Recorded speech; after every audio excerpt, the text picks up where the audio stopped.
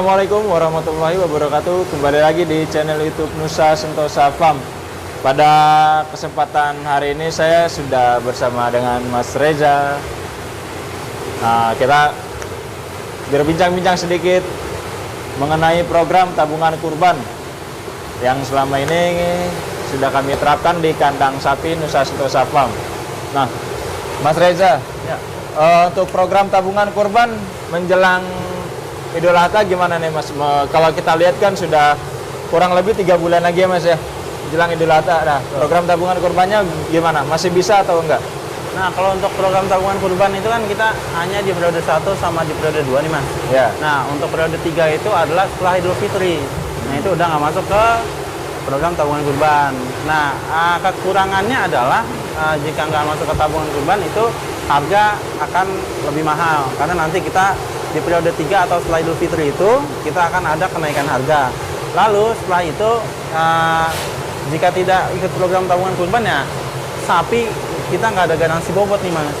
Jadi yang kita jual itu bukan target bobot lagi, tapi udah bobot sapi yang sekarang timbangan terakhir gitu. Jadi setelah Idul Fitri itu kita akan mulai periode 3 dan itu mulainya adalah jual sapi tanpa program tabungan kurban. Jadi kita udah nggak ada kontrak lagi, kita hanya jual sesuai bobot yang terakhir sapi itu ditimbang kayak gitu.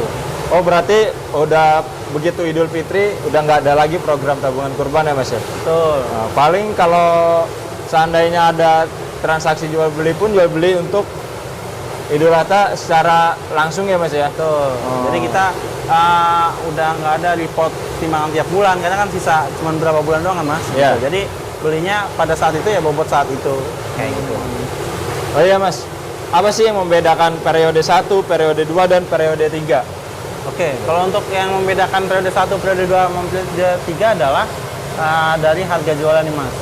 Yang periode 1 itu harga jual kita itu bakal jauh lebih murah. Dan harga periode 2 itu naik.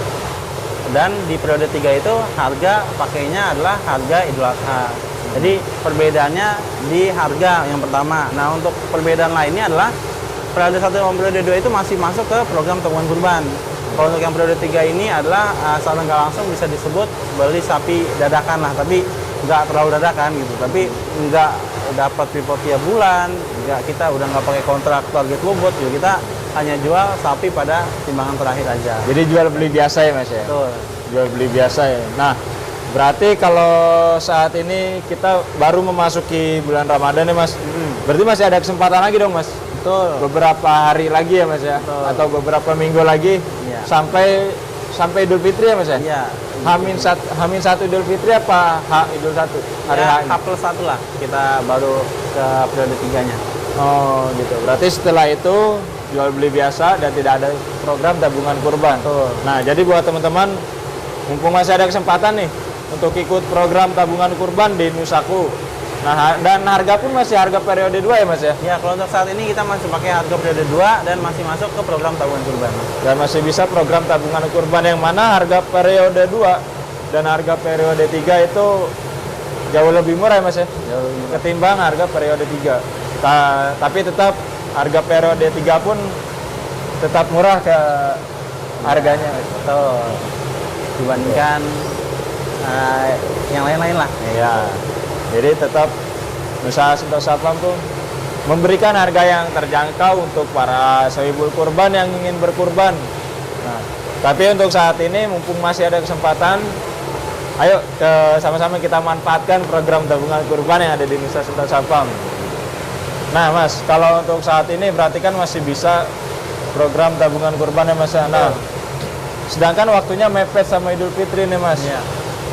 Itu kemungkinan untuk mereka datang ke sininya kan ke kandang rada sulit ya Mas. Iya. Karena mengingat Idul Fitri dan kebanyakan juga orang-orang pada mudik nih Mas. Iya. Bisa nggak by phone aja Mas? Nah, kalau misalnya itu sih kita sangat terbuka ya. Misalnya mau buy online, tapi tetap kita menyarankan untuk datang ke kandang. Tapi kalau emang tetap nggak bisa gitu, harus by phone atau apa ya, kita sih oke aja gitu Mas. Tetap kita kasih pilihan sapinya, kita videokan, kita fotokan kayak gitu Pak. Tapi yang penting adalah di target bobotnya itu. Jadi nggak percaya, ini masa sapi segini 400 kilo gitu. Nggak perlu kan?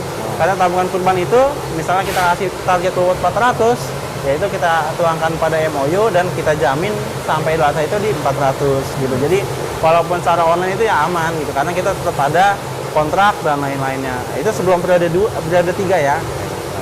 Nah, kalau sudah memasuki periode 3 nih Mas, otomatis kita udah nggak bisa program tabungan kurban lagi. Itu proses pembeliannya gimana tuh Mas? Kalau untuk proses pembeliannya sih kita masih sama ya Mas. Kita masih bisa dalam bentuk DP dulu, terus dicicil selama ya sisa waktu lah gitu. Tapi kita bedanya adalah kita nggak ada kontrak yang kita menjanjikan target bobot. Karena kita udah menjualnya adalah bobot terakhir dari sapi tersebut. Jadi ini target bobotnya nanti 800 ditimbang di amin 2 minggu, itu enggak.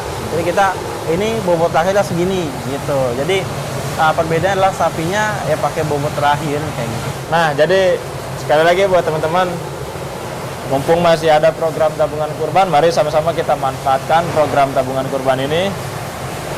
Datang langsung ke kandang sapi Nusa Sentosa Farm, pilih sapinya, jangan hanya memerlukan DP 30% ya Mas ya? Betul.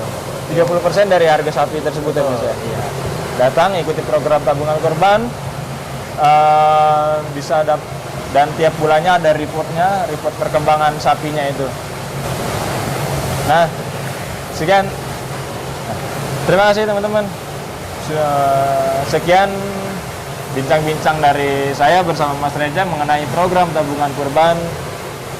Terima kasih sudah menonton. Wassalamualaikum warahmatullahi wabarakatuh.